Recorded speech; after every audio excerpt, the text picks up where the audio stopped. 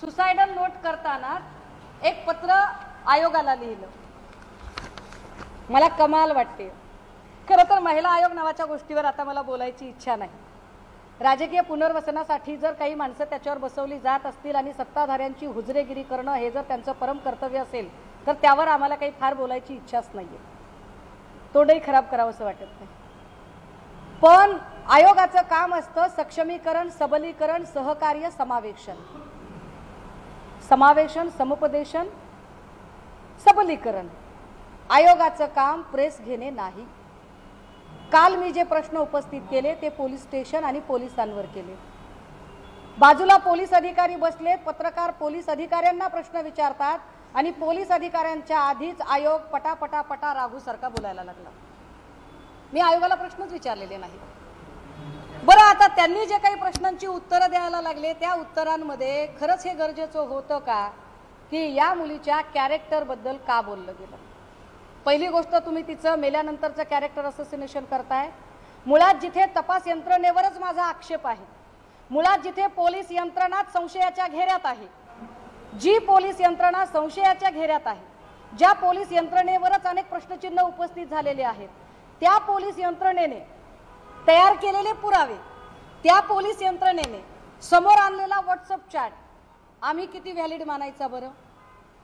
आणि त्या व्हॉट्सअप चॅटच्या आधारे जर आयोगावर बसलेली एखादी व्यक्ती जर सांगत असेल की मुलीचं असं झालं तसं झालं, मग ते 2 ठिकाणी वगैरे, मुळात हा आयोग काय पद्धतीने काम करतो हे एकदा सांगितलं पाहिजे.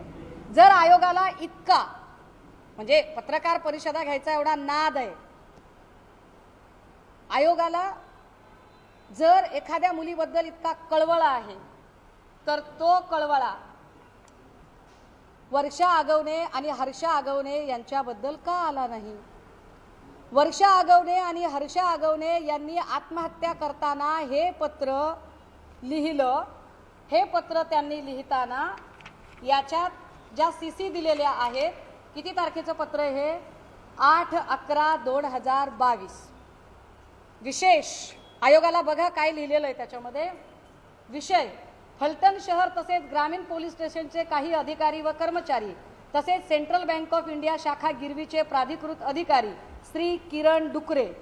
बघा चौकशीच्या कक्षेत नावं किती येत आहेत ती.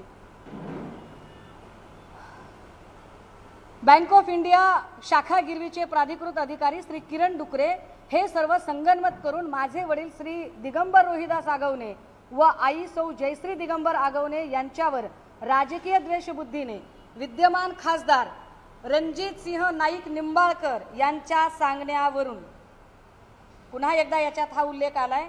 हा उल्लेख आजचा नाही साहेब, हा उल्लेख 2022चा उल्लेख आहे.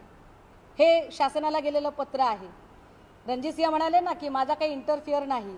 पीडित लोकांनी लिहिलेली पत्र आहे आणि त्याचे पुरावे मी आपल्यासमोर देते की रणजित सिंह नाईक निंबाळकर यांच्या सांगण्यावरून वेगवेगळ्या खोट्या फौजदारी केसेस दाखल करून त्यांना त्रास देऊन भीतीचे वातावरण तयार केल्यामुळे 6/11/2022 रोजी नैराश्यामुळे व मानसिक ताणतणावामुळे आत्महत्येला सामोरे. काय जर तुम्हाला एवढ्या पत्रकार परिषदा घेण्याचा नाद आहे तर वर्षा आगवणे आणि हर्षा आगवणेच्या प्रकरणात तुम्ही का घेतली नाही पत्रकार परिषद? का नाईक निंबाळकरांना तेव्हाच प्रश्न विचारले नाही? का तुम्ही वैष्णवी हगवणे प्रकरणात वैष्णवीच्या बाजूने प्रश्न विचारले नाही? का तुम्ही वेगवेगळ्या टीव्ही चॅनलच्या डिबेटमधून पळून गेला होतात? का तुम्हाला तनिषा भिसे प्रकरणात रिपोर्ट सादर करायचा होता जो आतापर्यंत सादर करता आला नाही?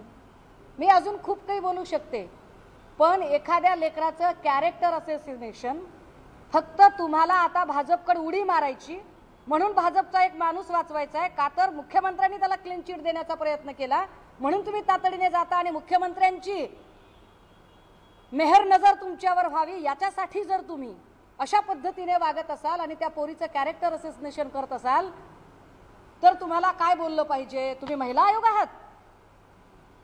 महिला आयोग असा बदनामी करत नसतो कुठल्या बाईची.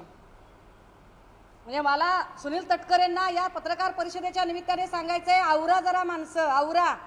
चुकीच्या लोकांना चुकीच्या ठिकाणी बसून पक्ष धोक्यात आणू नका आणि महिला आयोगाला काळीमा फासू नका, महिला आयोगाच्या कारकिर्दीला कलंक लावू नका. अशा पद्धतीने वागून तटकरेजी संघटना सध्या तुमच्याचकडे आहे, त्यामुळे द्या लक्ष याच्याकडे. या सगळ्यांमध्ये